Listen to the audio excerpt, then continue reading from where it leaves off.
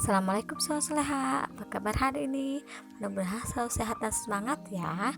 Nah, sebelum belajar Sobat Soleha sebaiknya sarapan dulu, mandi dulu, baru kita belajar. Nah, Sobat Soleha, kali ini kita akan belajar tema 6, subtema 4, pembelajaran 1 dan 2. Yuk Sobat Soleha, siapkan dulu bukunya, pensil, dan pulpen boleh.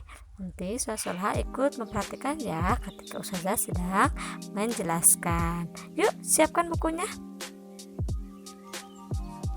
Nah, Sobat sekarang buka ya bukunya.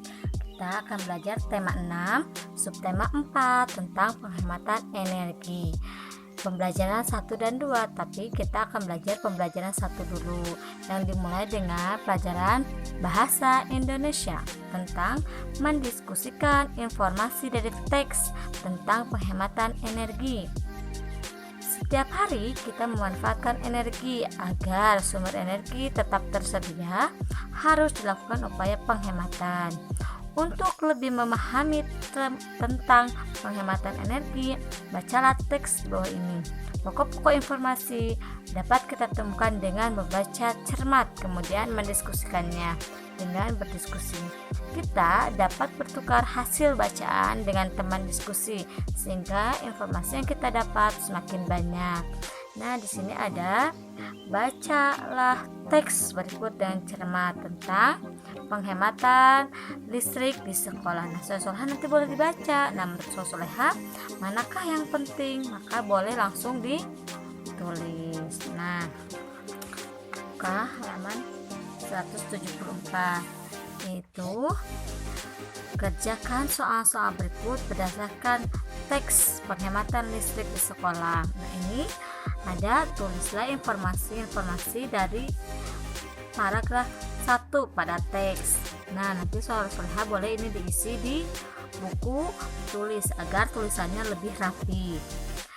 Nah, ini nomor 2, berdasarkan informasi pada teks, tulislah manfaat membuka jendela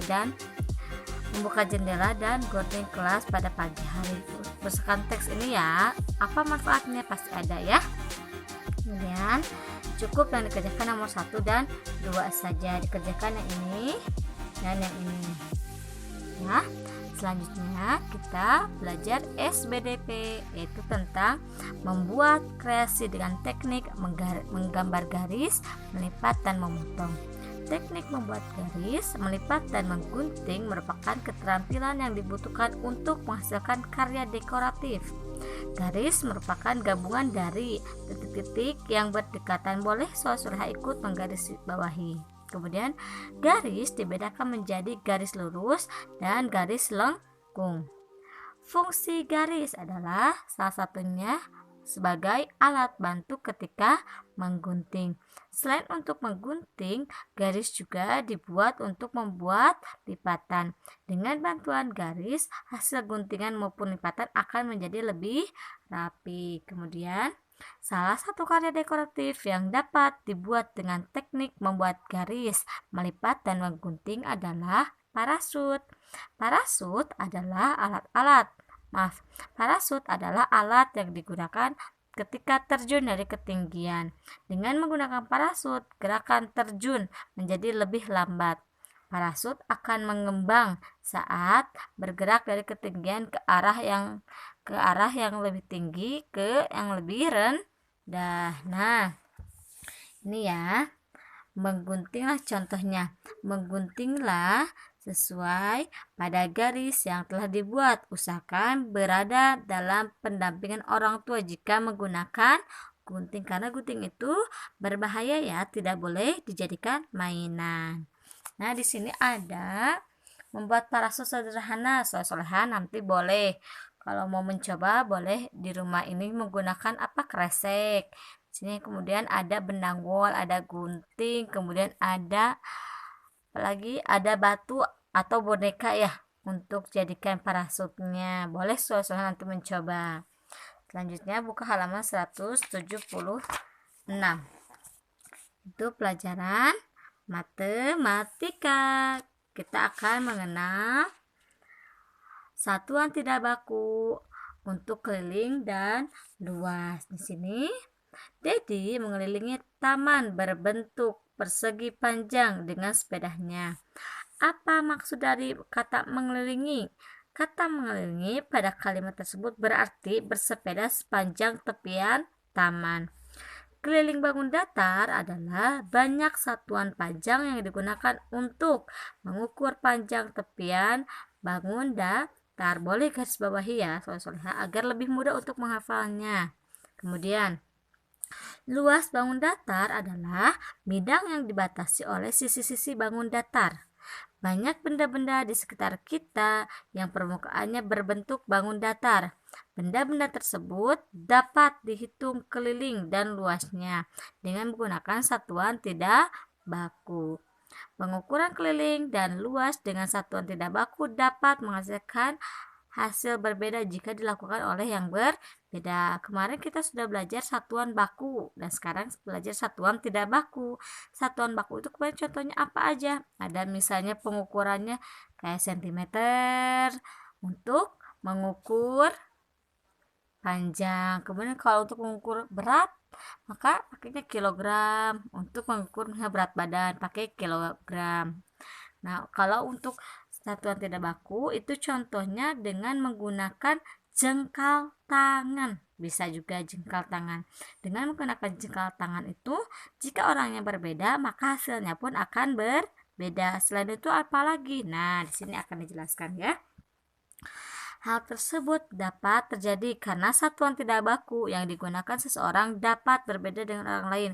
Contoh, pengukuran keliling permukaan benda dengan satuan tidak baku dapat dilihat pada gambar berikut. Satuan tidak baku yang digunakan pada pengukuran keliling adalah potongan lidi, pensil, dan klip kertas. Nah, bisa juga ya pakai lidi, pensil, dan klip kertas atau pakai tadi jengkal tangan atau misalnya pakai depak misalnya boleh. Kemudian pakai pengukuran kaki, misalnya langkah kaki bisa, misalnya Rasulullah disuruh melangkah mengukur langkah kaki, misalnya luas kamar soleh-soleha misalnya gitu ya. Oke, di sini ada bangku.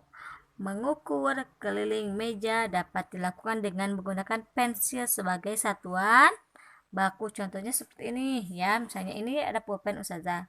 Ukur harus ada beberapa pulpen atau beberapa pensil, misalnya satu boleh di sini, terus dua misalnya, kemudian tiga harus ada beberapa pulpen ya, 4, 5 misalnya, terus 6, 7, 8 misalnya pakai pulpen atau boleh pakai jengkal tangan, boleh misalnya seperti ini ya, 1, 2, 3, 4 dan seterusnya sampai keliling. Sampai sini berapa? Ada berapa jengkal? Nah, kemudian jengkal tangan kita dengan jengkal tangan orang lain itu pasti berbeda. Nah, di sini ada buku halaman 177. Langsung saja ya. Di sini kan disuruhnya pakai sedotan, krayon atau amplop kecil. Nah, di sini Ustazah ada permukaan meja nanti di rumah. Soalnya boleh mengukur dengan keliling jengkal tangan ayah bunda dan jengkal tangan soleh. Misalnya jengkal tangan ayah bundanya berapa nih, terus jengkal tangan soleh berapa. Kemudian buku paket boleh, nanti buku paket sini juga sama ya, dijengkal kayak tadi seperti Ustazah ya. Jengkal tangan orang tua, ayah bunda atau kakak boleh dengan jengkal tangan soleh-soleha. Nah, cukup saja 2 saja yang dikerjakan ini dan ini ya, kerjakan ini dikerjakan ya. Sekarang buka halaman 178. Kita memasuki pembelajaran 2 yang dimulai dengan pelajaran PPKN tentang menghemat energi sebagai pengamalan sila kelima Pancasila. Semangat kebersamaan diperlukan dalam menghemat energi agar sumber energi tetap terjaga. Menghemat energi dapat dilakukan di lingkungan rumah, sekolah maupun masyarakat. Penghematan energi penting dilakukan agar sumber energi tetap dapat dinikmati oleh seluruh masyarakat tanpa terkecuali. Setiap orang memiliki hak untuk memanfaatkan energi serta memiliki kewajiban untuk menghemat energi. Hal ini sesuai dengan pengamalan sila kelima, yaitu keadilan sosial bagi seluruh rakyat Indonesia. Sumber energi harus digunakan untuk kepentingan masyarakat banyak. Sumber energi tidak boleh dikuasai secara sepihak oleh pihak tertentu, misalnya oleh orang kaya saja, misalnya tidak boleh ya. Sumber energi itu harus dimanfaatkan oleh semua orang, tidak boleh salah satu pihak, tidak boleh. Nah, di sini Soleha boleh mengisi, tulislah kewajiban dalam memanfaatkan energi. Kemudian sumber energi apa saja yang harus dimanfaatkan, pemanfaatannya untuk kepentingan masyarakat di masa mendatang. Kemudian mengapa hemat energi termasuk contoh pengamalan sila kelima, katanya tadi ada di sini. Tapi Soleha boleh isinya 2 saja ya, 1, 2, nomor 1 dan nomor 2. Kemudian di sini buka halaman selanjutnya, masih halaman 178 tentang bahasa Indonesia, tentang menyusun cerita dari kata kunci. Pada pembelajaran sebelumnya, kalian sudah membaca teks tentang penghematan energi. Setelah mendapatkan informasi, kalian dapat menyusun cerita dengan kalimat sendiri. Untuk dapat menyusun cerita, identifikasi terlebih dahulu kata kunci yang terkandung dalam teks yang telah dibaca. Kata kunci merupakan kata-kata yang berkaitan dengan tema yang membentuk sebuah informasi. Setelah menemukan kata-kata kunci, susunlah cerita dengan kalimat efektif dan kata-kata baku supaya ceritamu dapat dipahami oleh pembaca. Nah, di sini ada gambar. Dan di sini ada kata kunci. Ada boros, penghematan, ada listrik, ada energi, tanggung jawab, dan lampu soleh-soleha.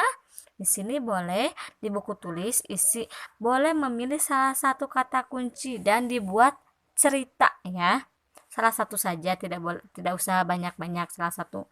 Boros, boros mau penghematan boleh pilih yang manapun antara 1, 2, 3, 4, 5, 6, antara 6 ini boleh memilih. Kalau misalnya soalnya ustazah aku mau misalnya dalam ceritanya itu mau ada tiga kata kunci, ini terserah, boleh soalnya boleh.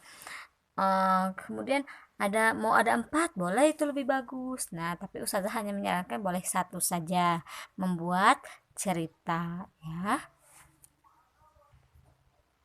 Dan ingat, tulisannya di buku tulis. Membuat ceritanya boleh 1 paragraf, boleh 2 paragraf. Nah, tulisnya di buku tulis, tulisannya lebih rapi ya, agar terbaca oleh ustazah. Nah, Soleha, cukup sekian ya penjelasan dari ustazah. Mudah-mudahan Soleha bisa mengerti apa yang sudah ustazah jelaskan. Tetap semangat ya mengerjakan tugasnya. Ingat, kerjakan dulu tugasnya, baru ketika sudah selesai baru Soleha boleh main. Tetap jaga kesehatan ya, dan selalu semangat. Terima kasih Soleha. Assalamualaikum warahmatullahi wabarakatuh.